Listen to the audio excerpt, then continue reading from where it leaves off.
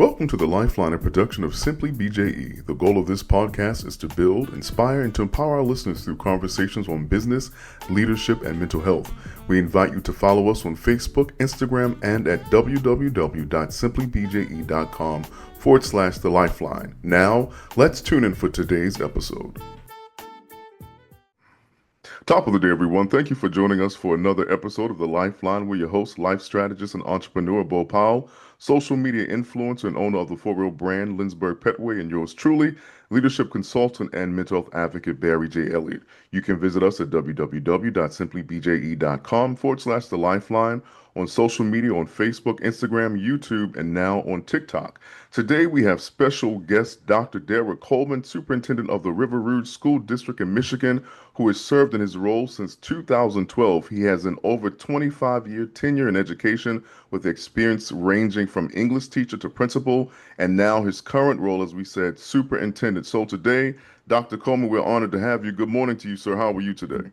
Listen, blessed. It's an honor to be here, and especially given this opportunity to build with three brothers who have a collection of successes in helping our people as you all have. It's just an honor. Appreciate that, sir. Glad to have you. First of all, Dr. Coleman, I just want to say publicly that I appreciate you. I was listening to Dr. Jay Burnett and Dr. Joel Tolman say that once men turn 35, they no longer try to be friends with any other because of their circle is very close. But I want to say thank you to you. You've been inspiration to me when I was in education over 10 years ago. Your work, your consistency, your reputation of being a stellar educator and man who stood up for not only the students, but most importantly, the teachers. A lot of times people forget about the teachers, but the teachers are the ones that create the success in the students. So I just want to publicly thank you, sir. No, I appreciate that. Thank you. So let's get into it. So you've seen education from every angle, teacher, principal, superintendent. Currently, when you look at America's public education system today, how would you describe the current state? Are we in crisis or are we in transition? Well, I think you left out one of the most important roles that I played, and that was that of a student.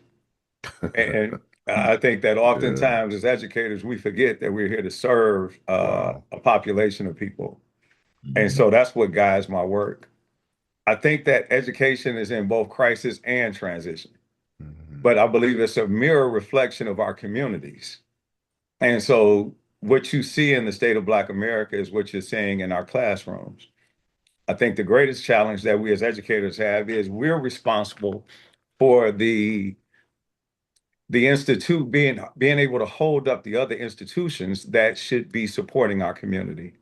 And so respectfully, if the church has no longer been able to touch certain populations, the school is still expected to. If the economic conditions of that neighborhood have created crisis in the household, the school is still expected to create academically competitive students who are emotionally well balanced, regardless to whatever else is lacking.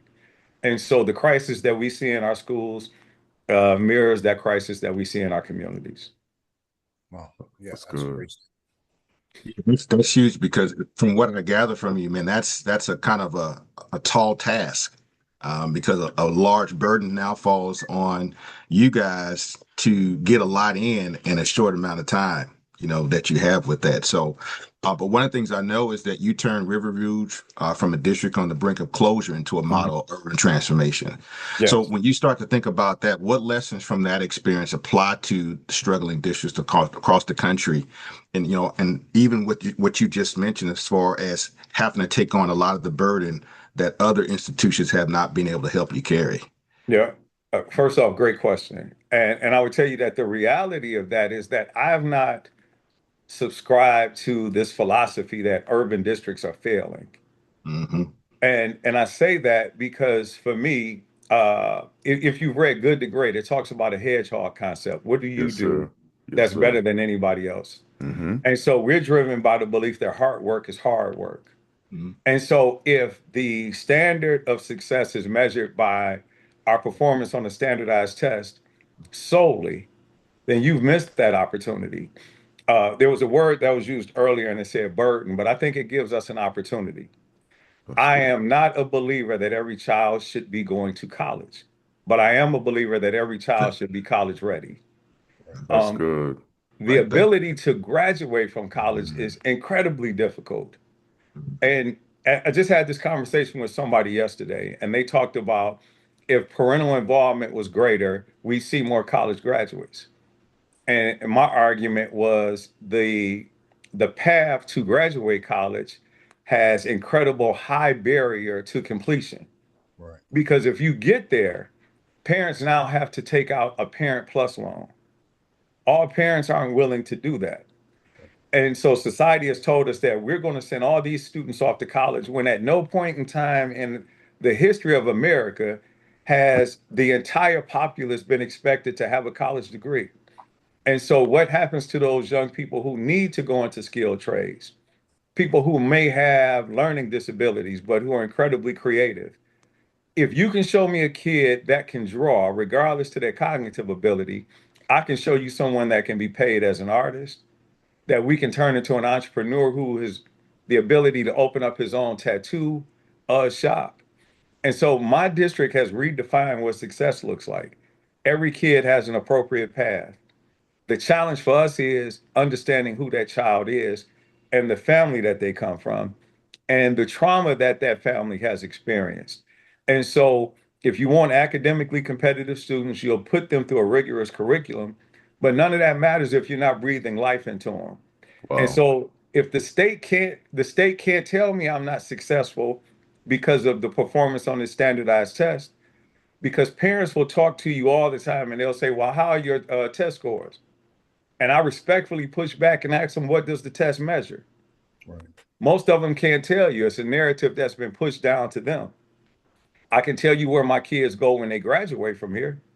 I can tell you how we've helped them grow academically from their point of entry. And so I've just not subscribed to the philosophy that I need to be in the upper quartile of the state's assessment because that's not a place kids from poverty are going to find themselves unless you're coming from a magnet program. Magnet programs respectfully sort the most academically gifted to put them into a place. And so, how do you provide this opportunity for the neighborhood kid to have an opportunity to figure out what they do well, how they can monetize that, and then help them feel successful because you figured out where they should be headed? I appreciate that because it sounds like your goal is, or should I say, your focus is a results-driven paradigm rather than a test-driven paradigm, which I really appreciate. Yes. That's major. So urban districts face unique challenges that go beyond the classroom, as you already stated. Poverty, trauma, systemic inequity, I should say. So how do you move from managing those issues to healing, empowering students and their families? Because that's a large order.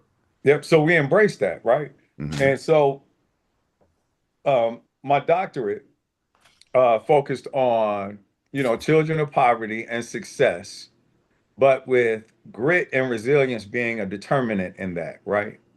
And so our children are already resilient when they come to us, Yeah. but that resilience looks like survival mode. So how do you allow them to feel safe when they walk into an environment that says, listen, it's not your fault?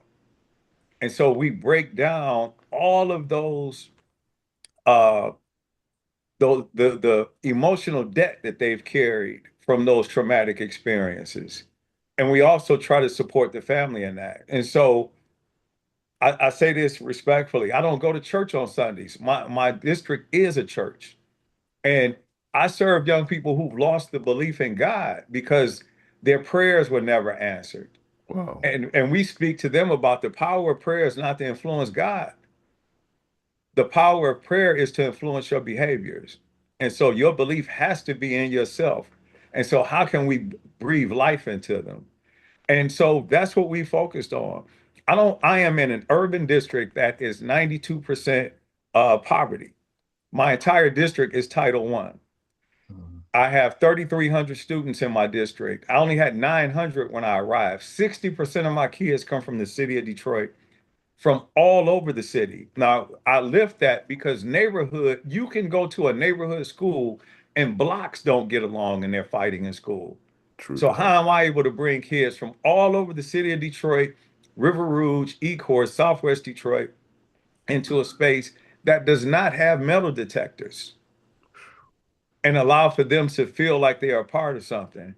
And so for the people who may watch this that are educators, we talk about tier one, tier two, and tier three students.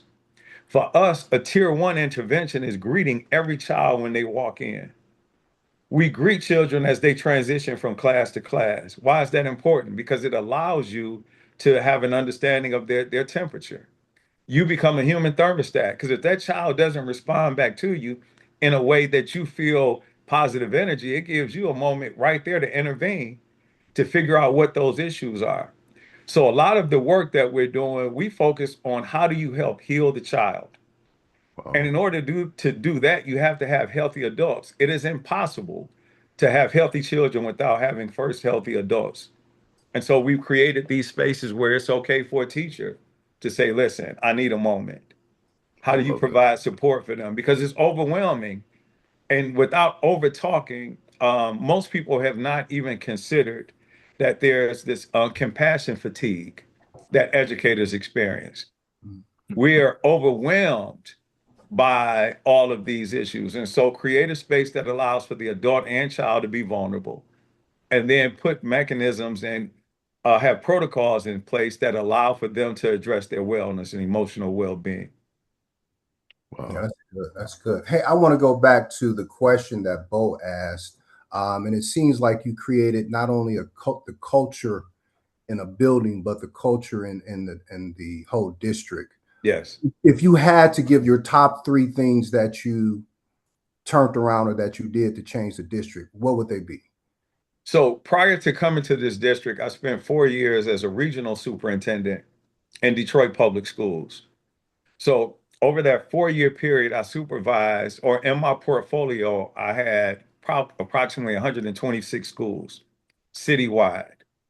So when you have this portfolio, whether it be your magnet schools to your lowest performing, you get to hear the concerns of the people, right? So you meet people where they are. So what is it that children from urban communities need? Children who need the most love display it in some of the most aggressive ways. And so the first thing that we do is embrace every child and family. We want a place that's welcoming to families. Many of the children who come from urban areas come from homes where the parent may have not had success. And so, how do you support the family and the needs of the child? That's first and foremost. And so, Maslow's hierarchy of needs. If a child doesn't feel safe, if he doesn't have shelter, if their basic needs aren't being met, they're not going to perform. So, barriers to attendance. I provide transportation. Students receive breakfast, free breakfast, universal free lunch, and supper for kids who stay after school. Children from high poverty areas live within a 6 block radius, and everything that they do happens in that space. And so, coming from Detroit, we don't have mass transit. Lansburg, you know that. Right. So, kids are going to miss out if they don't have transportation. I've eliminated that. I send buses all over the city of Detroit and to those inner ring suburbs. Wow. If they stay after school, there's a bus that allows them to stay for tutorial. If they are athletes or part of any extracurricular activity, there's a 7 o'clock bus that takes them home. So while you ask for the top three things, I'm going to tell you that we meet every child where they are. If you understand what their needs are, you provide every resource possible to meet those needs. And that doesn't happen with just my district alone. We have these community partners who have been incredible in helping us with that.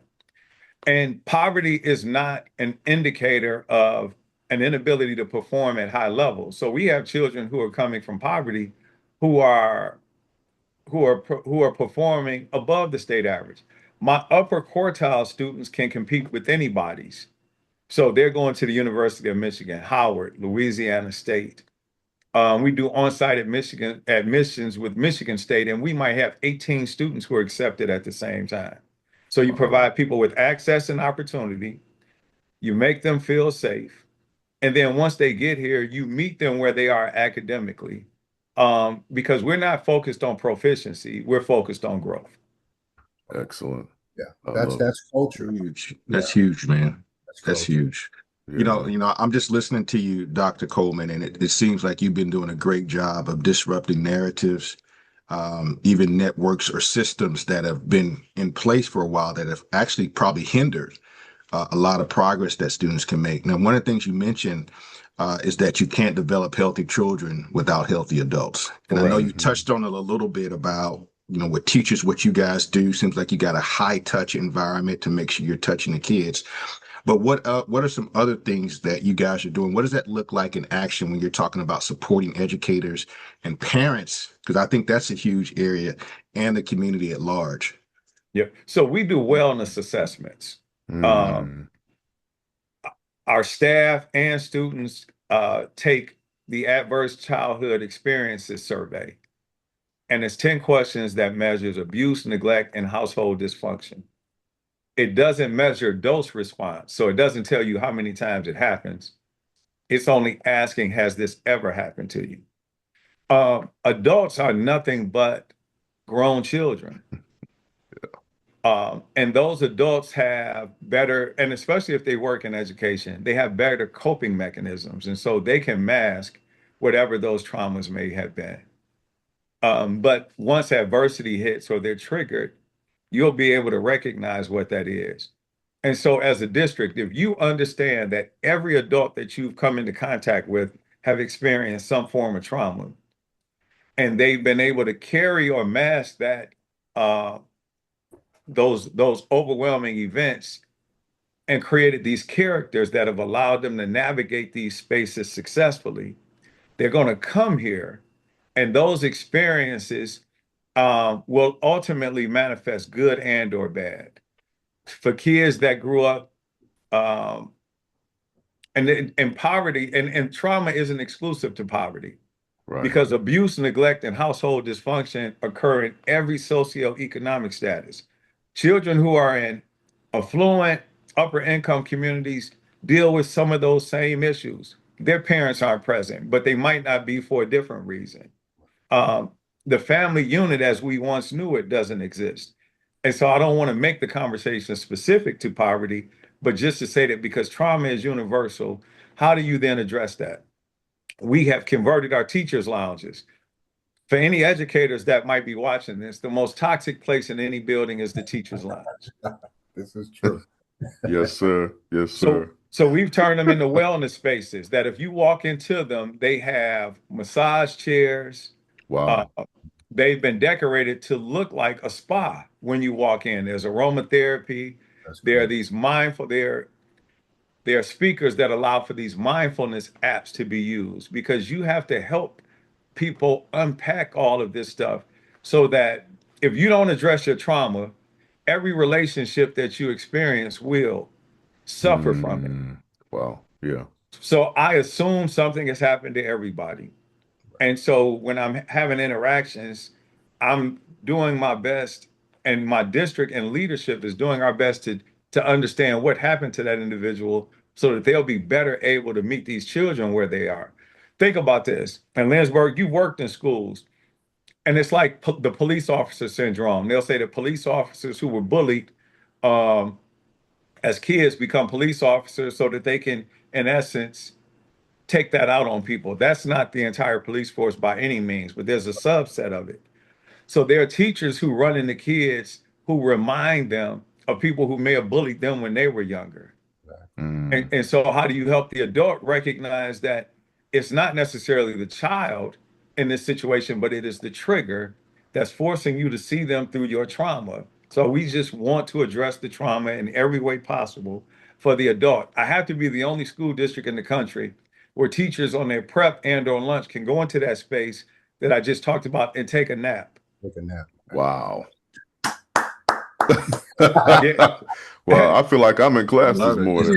Yeah, they have to recharge, right? And Recharge. then if a fight happens in their classroom, we'll send paraprofessionals or other support staff to give that teacher a second to get themselves together because you're going to ask people to participate in something that literally injects adrenaline and cortisol into them because now they're hyper uh, reactive to it, and then think that they're going to then walk back into that space.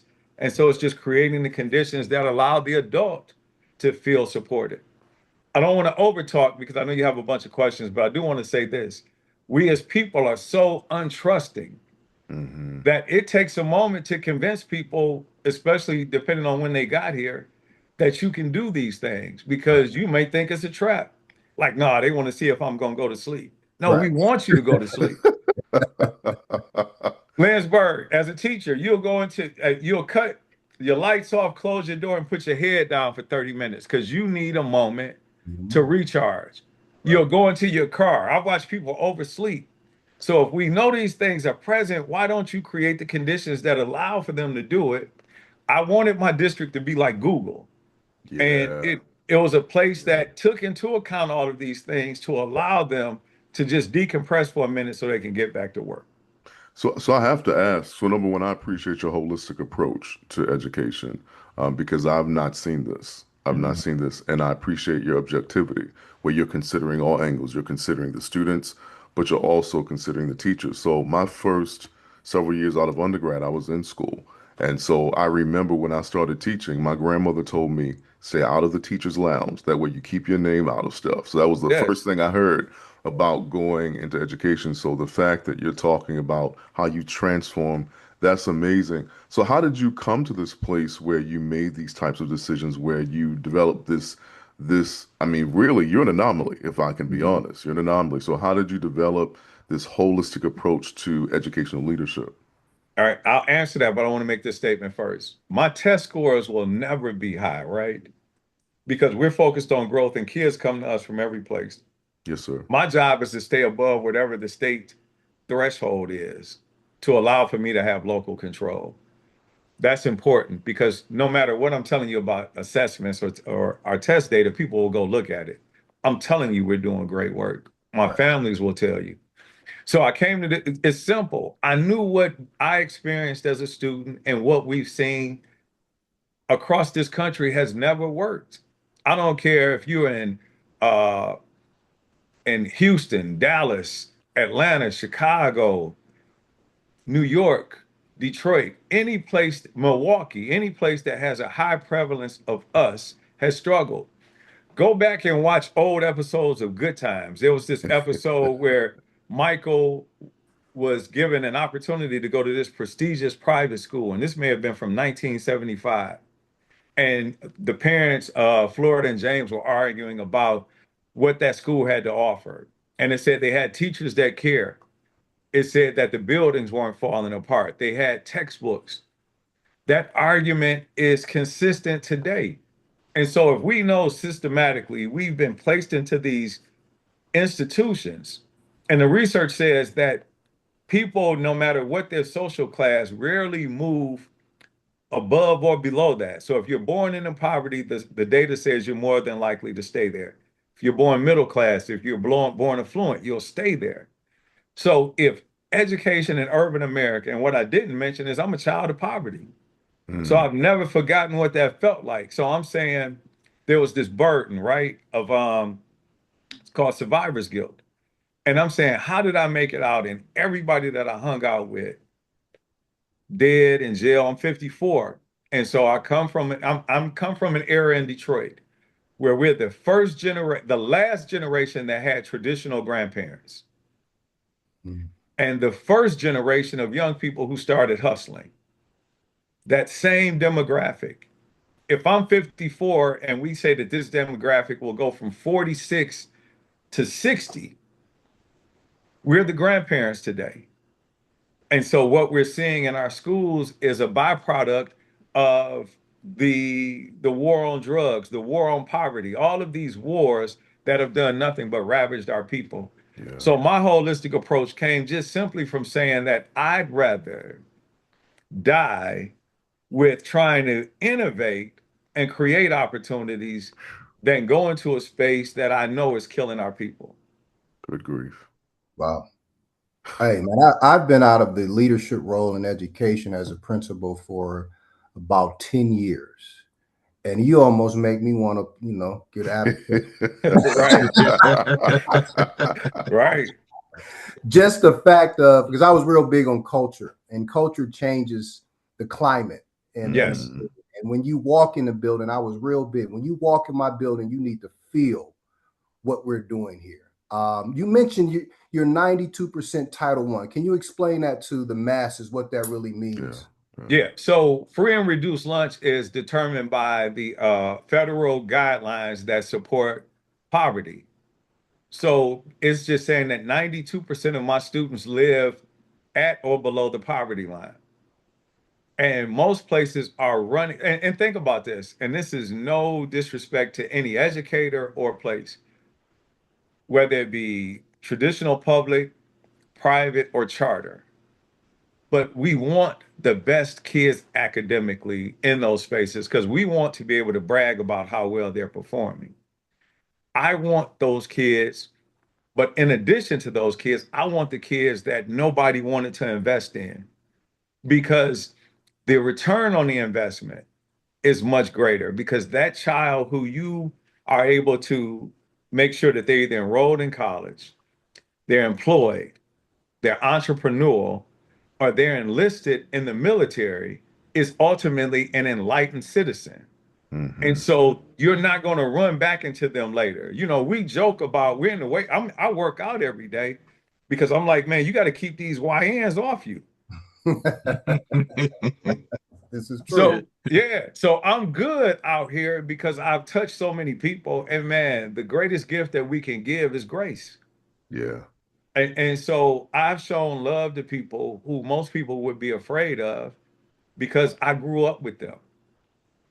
It's just this generation's version of them. So I'm going to school with kids who were good people, incredible people who had horrible circumstances. And the school said that when you get here, if you don't fit into this middle class set of values and beliefs, that you're not going to be successful or you're not worthy. So that child becomes resentful. And it talks about it takes a village to raise a child. But it doesn't talk about the child that is not met with love ultimately burns the village down. So I want to make sure that I treat every person who I come into contact with kindness. Um, People by nature don't have to be nice. They're not just intentionally going to be kind because we're not taught to, because we believe that society feeds on the weak. And so I don't want, if I want that kid to come in here because I'm certain that at whatever their entry point is, by the time they matriculate, I've extended whatever opportunities they're going to have. We've given them a chance. And if you go on my social media and whether it be a holiday or whenever I'm posted, look at the people who are responding and they're like, hey man, how does he know these kids? Or this person is on here literally with a shiesty on and he's probably been incarcerated. But he's like, man, that's my guy. Because I gave that child something that they didn't have prior to coming to me, and that was hope. Amazing. It's great. It's been good, Dr. Coleman. Yeah. And I know we got another episode coming up because I got a question. I'm going to reserve it for our next episode All because I right. think it'll tie into our next episode. But before we close out this episode of the podcast, I know you mentioned that you have social media handles. Let our listeners know how they can connect with you, whether you have a website, your social media handles, and all that. Let them know how they can connect and reach out. Yeah, so I'm on LinkedIn at Dr. Derrick R. Coleman. And I'm also on Instagram, and that's the only other social media that I have, and it's Dr. Derrick Coleman 1906. Awesome, Shout man. out to the good brothers. If there's any alphas on here. I knew he was alpha. I knew it. I knew it. I knew it. I knew it. That's right. Shout out to the good brothers. Yeah, man. Well, this concludes another episode of The Lifeline with your host, Barry J. Elliott, Lindsberg Petway, and yours truly, Bo Powell. Don't forget to check us out at www.simplybje.com/The Lifeline and on social media. Look, we're on a mission. We want to bring light and life into your household. So join us and let us hear your feedback because it's all about bringing life to you on The Lifeline. Y'all take care. Thank you for listening to today's episode with host, business expert, and life coach Bo Powell, social media influencer and entrepreneur Lindsberg Petway, and leadership coach and mental health advocate Barry J. Elliott. Join us next week for another impactful conversation on the Lifeline. God bless.